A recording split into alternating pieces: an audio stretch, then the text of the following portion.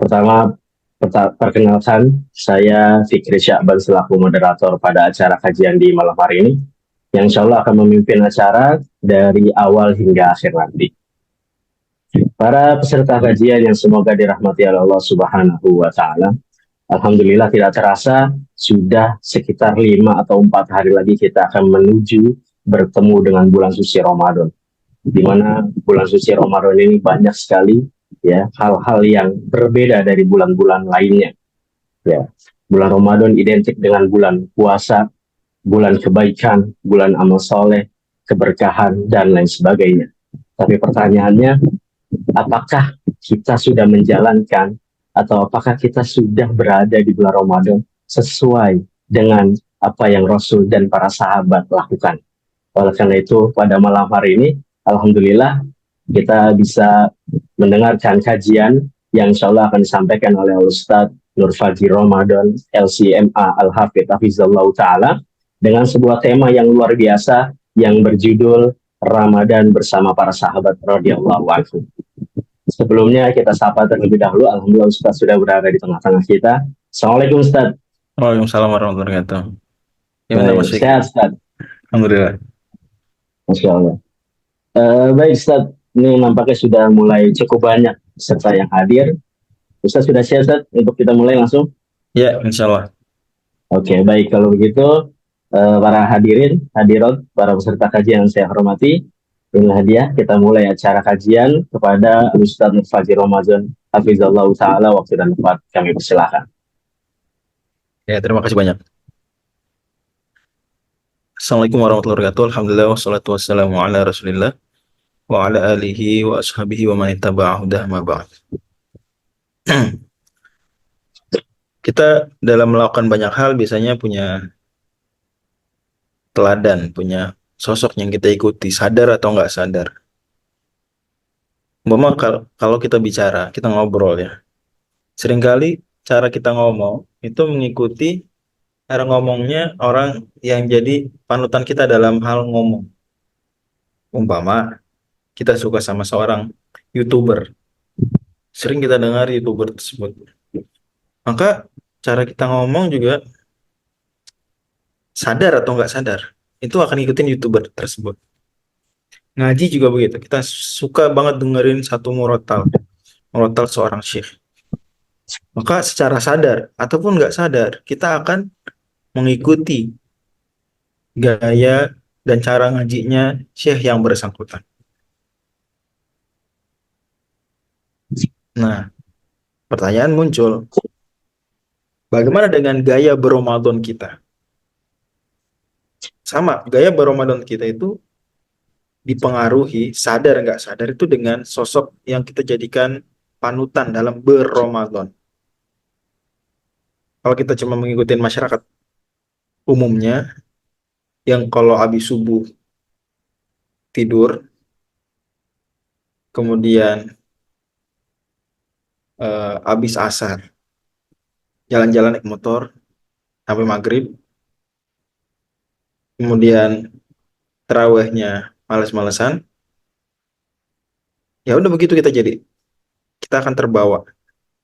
Mungkin bagi sebagian masyarakat itu dianggap sesuatu yang unik, budaya, adat, dan nggak salah selama nggak ada unsur haram, nggak masalah, nggak masalah. Bahkan andai pun makruh juga nggak dosa.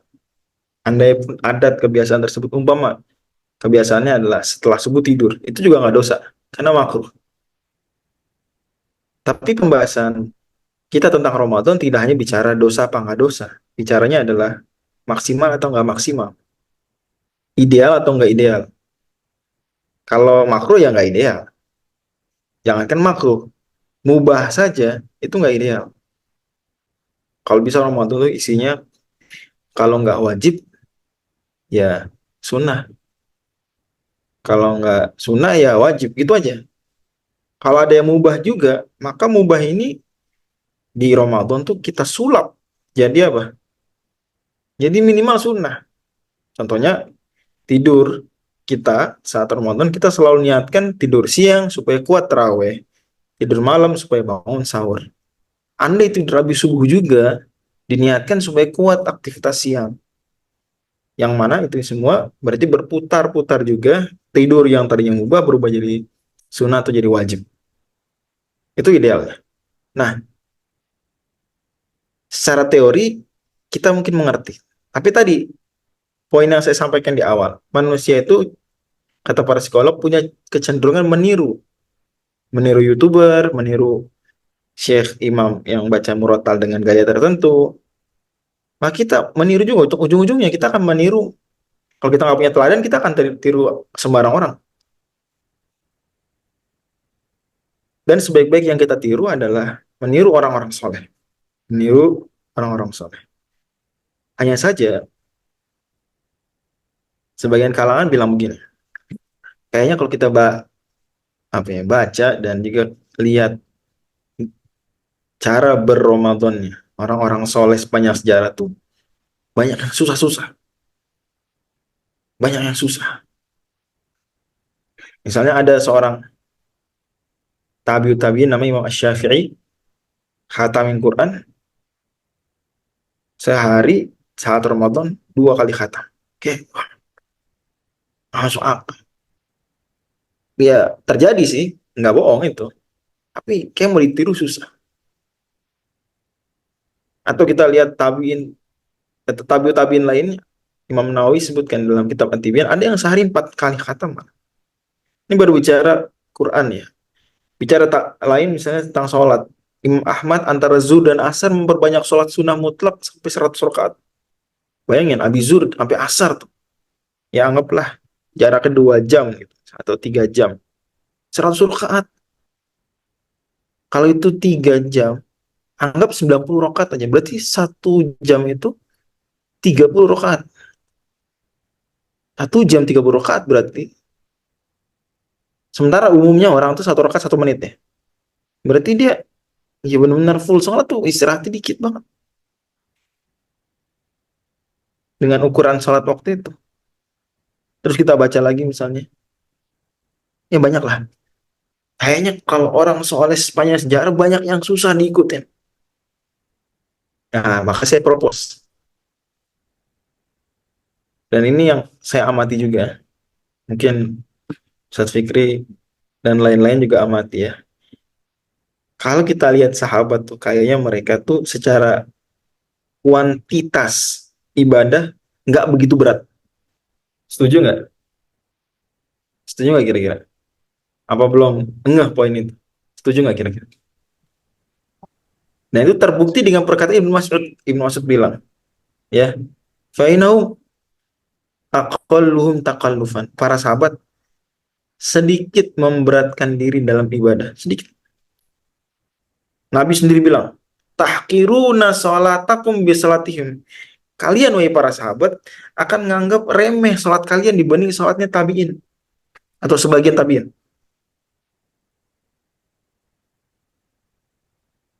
Artinya, secara kuantitas ya, secara porsi ya, itu sahabat tuh sangat manusiawi.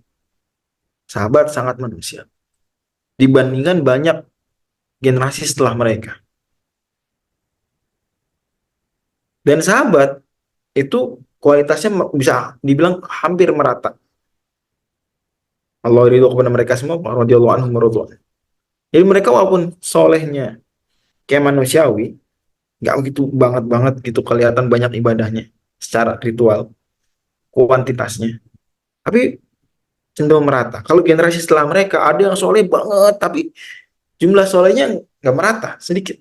Hari ini kita zaman sekarang ada yang ibadahnya dahsyat, wah dahsyat banget. Tapi berapa orang dari semua manusia di dunia atau dari semua muslim lah? Kalau sahabat nggak, ya sahabat kita dapati mereka tetap itikaf aja. Sahabat tuh ada itikaf cuma itikaf malam.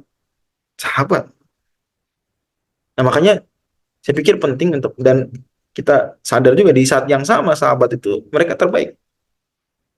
Mereka terbaik. Kata Umar bin Abdul Aziz, debu kakinya Muawiyah aja lebih bagus daripada jihadnya para tabiin. Ini keren sahabat. Dia bagaimana mereka sederhana dalam kuantitas tapi tinggi dalam kualitas. Nah, kita ada waktu dalam di malam ini, insya Allah saya akan sampaikan materi 15 menit, tadi sudah sekitar 5 menit. Saya akan berikan beberapa contoh sampai pukul 20.50 ya berarti.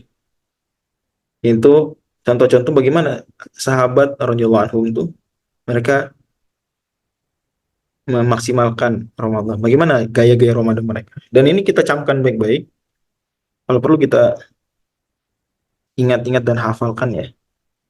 Supaya ketika kita lemah saat Ramadan, kita semangat melihat sahabat. Di mana sahabat ini Ramadannya maksimal, tapi effortnya nggak begitu memayahkan. Secara kuantitas mereka manusia kita banget. Gitu. Sahabat. Nanti kita akan lihat. Oke, jelas ya. Yang pertama tentu saja adalah sahabat Nabi SAW terkait dengan Al-Quran. Jadi saya bagi pengajian kita ini menjadi eh, 5 poin ya. 5 poin.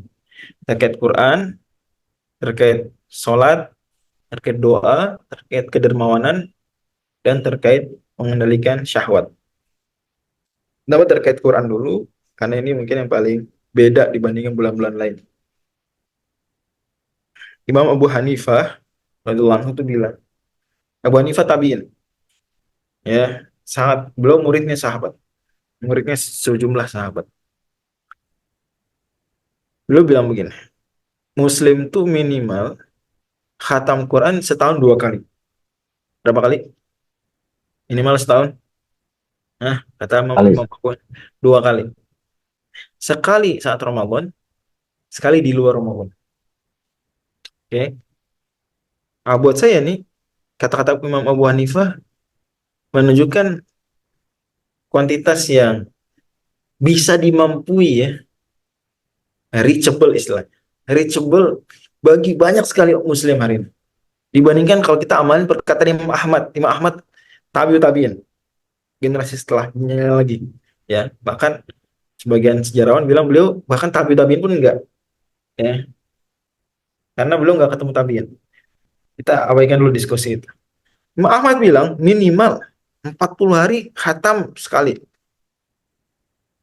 40 hari sekali khatam satu Quran. Berarti kalau setahun 360 hari, setahun 9 kali khatam. Imam Abu Hanifah bilang 2 kali khatam aja. Imam Ahmad bilang 9 kali khatam. Kebiasaan Zoom ini kalau saya angkat dua gini, ini suka ada balon. Kelihatan nggak balonnya tadi? Iya, kenapa gitu ya, Ustaz? Ya nggak tahu, saya juga nggak tahu. Saya juga baru sadar belakangan ini. Setidaknya udah kejadian 3 kali. Ini yang ketiga. Kalau saya kasih dua, nggak tahu momen-momen tertentu aja sih. Kalau ngomong dua tiba-tiba ada balon gitu. Kan saya. Bukan ke arah sana, Ustaz. Gimana? Enggak lanjut, Ustaz. Oke. Padahal pemilu udah lewat ya. Ya lanjut. Nah, ngerti ya? Jadi 2 dan 9. Eh, dan saya nggak bilang bahwasanya semua sahabat kayak Imam Abu Hanifah khatam setahun 2 kali. Enggak. Ada juga di antara mereka yang guru-gurunya Imam Abu Hanifah ya, atau yang nggak ditemuin Abu Hanifah dari kalangan sahabat seperti Utsman misalnya khatam sekali dalam sehari. Utsman bin Affan. Kalau Ramadan. Di luar Ramadan 3 hari sekali. Dan ini dari sini kita paham bahwasanya sahabat memahami larangan Nabi menghatamkan Quran dari 3 kali, itu larangan tidak sampai level haram. Larangannya sampai level makruh, yang boleh kalau butuh, seperti misalnya untuk mengejar pahala sebanyak-banyak di waktu mulia. Tapi kata Imam Nawawi dalam At-Tibyan, mayoritas sahabat itu khatamnya sepekan sekali. Dan di antara mereka ada yang lebih dari sepekan baru khatam. Tapi mayoritas sepekan. Ya, di Ramadan dan atau di luar Ramadan. Ya itu lagi-lagi masih reachable juga. Karena kalau sehari 5 juz saja, maka mencapai 30 juz kita cukup butuh 6 hari. Berarti kalau kita kurangin jadi 4,5 juz, 4,5 per hari, dalam sepekan kita dapat satu Quran. Dan 4,5 juz dengan anggapan bahwasanya 1 jam satu juz anggap gitu dulu ya, walaupun kalau orang sudah sering baca Quran satu juz setengah jam atau kurang, bahkan bisa sampai 7 menit. Di sini pernah nyobain begitu juga, satu juz 12 menit itu tercepat rekor saya 12 menit sejuz. Tapi itu dengan hafalan sih, dengan hafalan cenderung lebih mudah karena kita baca bisa bisa cepet, nggak terjebak kecepatan mata. Dan itu juga penjelasan mengapa kok bisa generasi awal Islam tuh mereka cepat khatam karena mereka hafal. Dan mushaf terbatas waktu itu, sehingga mereka sering juga membaca Quran tuh sering, nggak selalu, tanpa melihat mushaf. Utsman biasanya menghatamkan Quran dengan tanpa melihat mushaf di dalam sholat. Oke, dari sini kita ngerti bahwasanya sahabat bersama Quran intens, bahkan memberikan banyak waktu. Ibnu Umar misalnya, dalam riwayat Bukhari, beliau nggak suka ngaji sepotong-sepotong. Beliau ngaji maunya langsung sekalian banyak. Dan kalau udah mulai ngaji, beliau nggak bisa diganggu. Bahkan ngucapin salam juga nggak dijawab. Kalau kita kan kadang baca Quran, selama Ramadan kita pegang Quran. Kita bawa. Ada senggang ngaji satu halaman. Terus kegiatan. Senggang ngaji. Ibnu Umar nggak gitu. Ibnu Umar, dia udah dedicated waktu terus aja. Oke. Jadi kalau ada pertanyaan, saya akan stop 20-50. Tapi kalau nggak ada pertanyaan, saya akan lanjut ya. Tapi ada juga potret sahabat yang bersama Quran tuh nggak mau banyak kuantitas, maunya kualitas. Ibnu Abbas misalnya. Kata Ibnu Abbas, saya lebih suka Al-Baqarah doang daripada khatam. Ini kalau tempo yang sama saya pakai untuk khatam, masa itu saya pakai untuk baca Al-Baqarah aja, saya lebih suka baca Al-Baqarah aja. Umpama tadi sepekan khatam. Bagi Ibnu Abbas, lebih baik tuh sepekan untuk Al-Baqarah doang. Ada juga yang begini. Nah ini bisa dicoba juga. Bikin challenge buat diri selama Ramadan, tidak hanya baca teks Arabnya, tapi juga baca terjemahnya sampai khatam. Sampai khatam, literally khatam. Oke. Poin kedua adalah tentang sholat.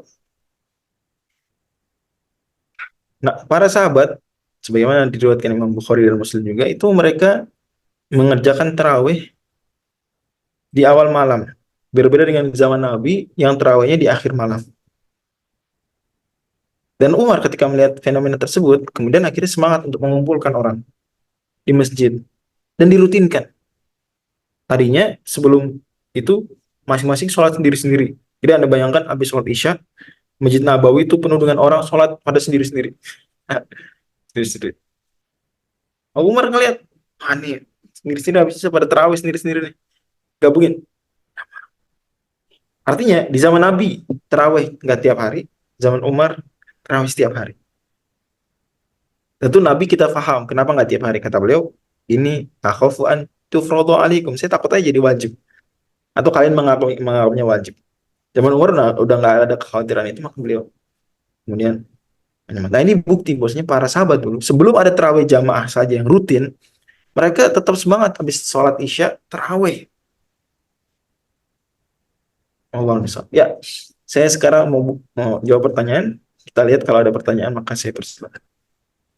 Kalau nggak ada saya akan lanjutkan ke poin berikutnya. Baik, peserta ada yang mau bertanya silakan diangkat tangannya atau tulis pesan.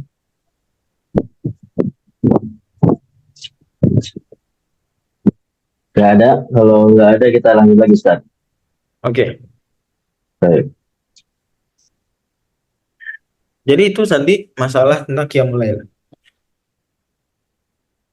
Dan Umar bin Khattab nggak cuma nyuruh mereka sholat jamaah terawihnya. Dan ini bukan hal baru banget ya. Nabi pun sholat berjamaah dulu terawih. Tapi Umar memberikan perintah khusus dan menunjuk imam-imam khusus. Misalnya Umar menunjuk Ubay bin Ka'ab, ya, sahabat yang paling hafal Quran, Ubay bin Ka'ab.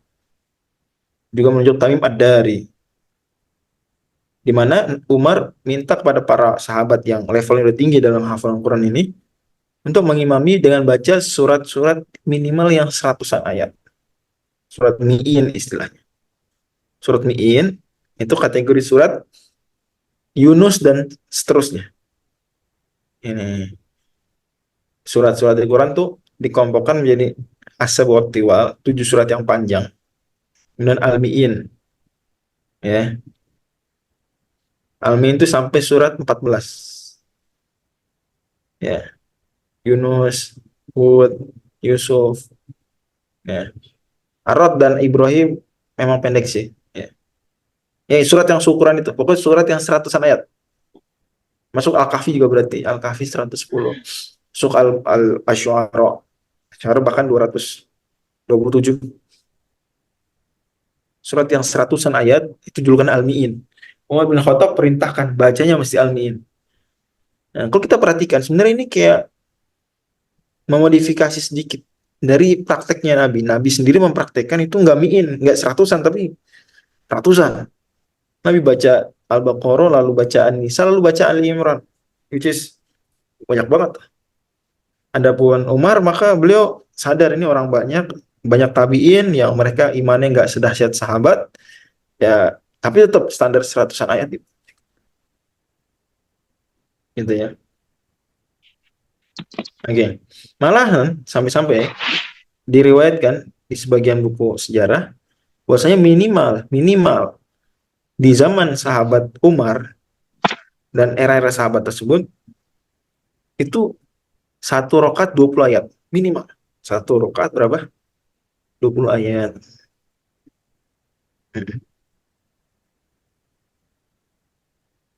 Dan saking mereka terbiasa sabar sholat lama begitu. Sampai-sampai kalau imamnya tuh baca surat Al-Baqarah aja misalnya, ya, itu dikurangin aja Al-Baqarah nggak sampai full. Maka mereka nganggap imamnya nih ringan banget sholat. Gitu ya. Wallahu a'lam.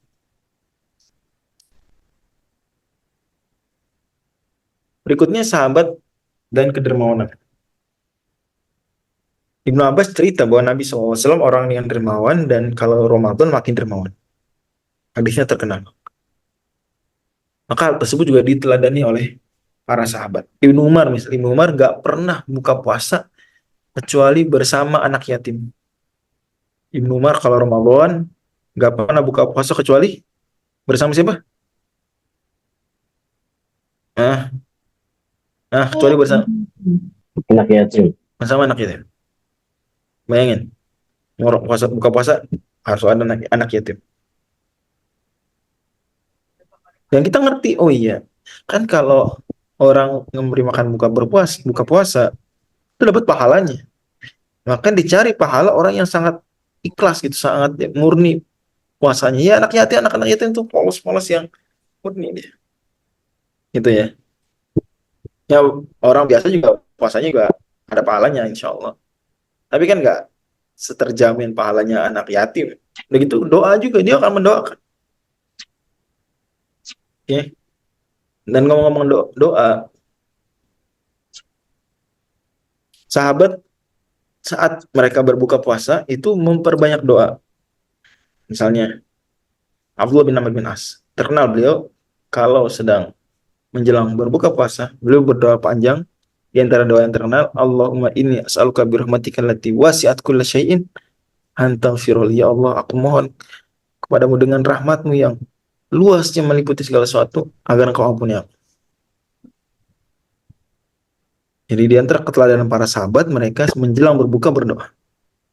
Terakhir, para sahabat juga mereka menjaga diri dari syahwat selama Ramadan. Jadi Ramadan itu sebenarnya mengajarkan kita menahan pokok-pokok syahwat. Syahwat-syahwat terkuat. Dan kalau kita lihat yang ditahan syahwat terkuat dalam Ramadan itu dua. Yaitu syahwat terkait dengan apa yang kita konsumsi, syahwat perut, dan syahwat lawan jenis. Yang mohon maaf di bawah perut. Makanya terkenal Imam Ghazali bilang,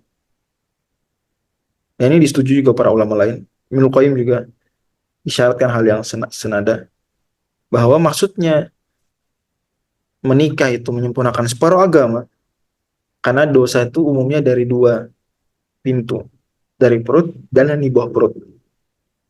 Ramadan melatih dua syahwat terkuat ini, dua syahwat terkuat.